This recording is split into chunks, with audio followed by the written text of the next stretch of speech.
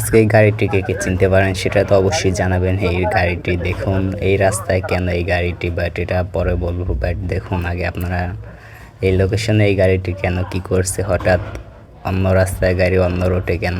But দেখুন এটার পিছনে একটি ভিক্টার আছে, বাট ভিক্টার গাড়ি এটাও দুইটা মানে একসাথে বাজায়া দিছে। বাট যাই হোক দেখুন, তাছাড়া এখানে খাবার হোটেলও পেয়ে যাবেন, খাবার রেস্টুরেন্ট।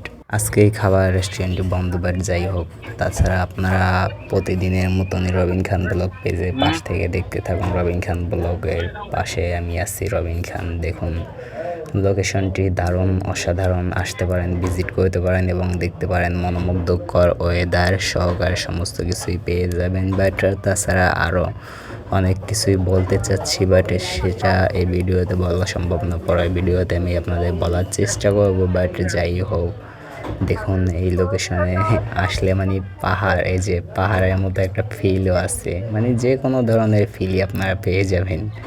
বাট অপোসাইডের রাস্তার যে সমস্ত ভিউ দেখাইছে আপনাদের আগের ভিডিওতে তা তো আপনারা দেখছেনই। বাট ভালো সাপোর্ট করছেন মোটামুটি, বাট আরও সাপোর্ট চাই আপনাদের। বাট এই সাপোর্টে হবে না। বাট দেখুন এত কষ্ট করে আপনাদের জন্য ভিডিও তৈরি করে, বাট এই যে দেখুন এত সুন্দর লোকেশন। বাট আর আপনারা কি করেন, লাইক কমেন্ট শেয়ার করেন না, বাট ফলো করেন না। বাট লাইক কমেন্ট শেয়ার করুন জলদি জলদি। রবিন খান ব্লগ পেজে পাশেই থাকুন। পরবর্তী ভিডিওর জন্য নোটিফিকেশন অন করে দিন, ফলো দিয়ে ইউটিউব চ্যানেলটি সাবস্ক্রাইব করে দিন, টিকটক আইডিতে ফলো দেবেন অবশ্যই।